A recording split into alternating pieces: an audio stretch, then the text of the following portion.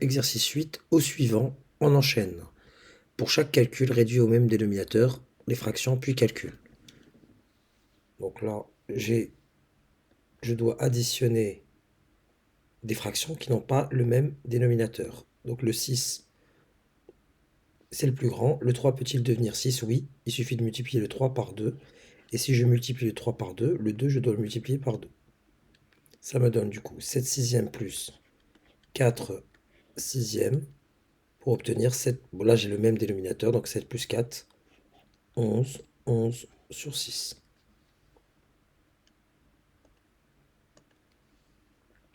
Ici, 3 cinquièmes plus 11 dixièmes. Le plus grand, c'est 10. Est-ce que le 5 peut devenir 10? Oui.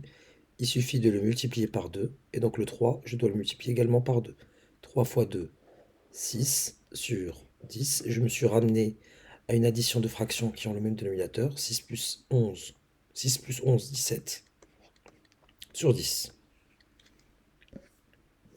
On enchaîne. Je vois que 8 neuvièmes et moins 1 tiers, là, j'ai pas le même dénominateur dans la soustraction. Le 3 peut-il devenir 9? Oui. Il suffit de le multiplier par 3. Et si je multiplie par 3 ici, le haut dénominateur, je dois également multiplier par 3 au numérateur. J'obtiens alors 8 neuvièmes moins 3 neuvièmes. Une soustraction où j'ai le même dénominateur de fraction. Donc 8 moins 3 me donne 5. 5 sur 9. Passons à la D. Je rappelle que 5, c'est 5 sur 1. Cela fait... C'est pas la première fois qu'on rencontre ce cas-là. Donc le 1, pour devenir 2, je le multiplie par 2. Donc le 5 subit la même opération. 5 fois 2, c'est 10. 10 sur 2, plus 3 sur 2. Addition de fractions qui ont le même dénominateur. 10 plus 3, 13. Le tout sur 2. Encore une fois, 3, c'est 3 sur 1. Donc le 1, pour devenir 7, je dois le multiplier par 7. Et le 3 va subir la même opération. Je le multiplie par 7. J'obtiens alors 21 septièmes moins 5 septièmes. Soustraction avec le même dénominateur. Donc 21 moins 5, ça me donne 16 sur 7. Voilà, besoin de cette étape. 1, c'est 1 sur 1. Le 1, pour devenir 5, je dois le multiplier par 5. Je multiplie donc le 1 du numérateur par 5 également. J'obtiens alors 7 sur 5 plus 5 sur 5. J'additionne mes numérateurs, ça me donne 12 parce que j'ai le même dénominateur. Et je laisse mon dénominateur, ça me donne 12 cinquièmes. Poursuivons, s'il y en a encore.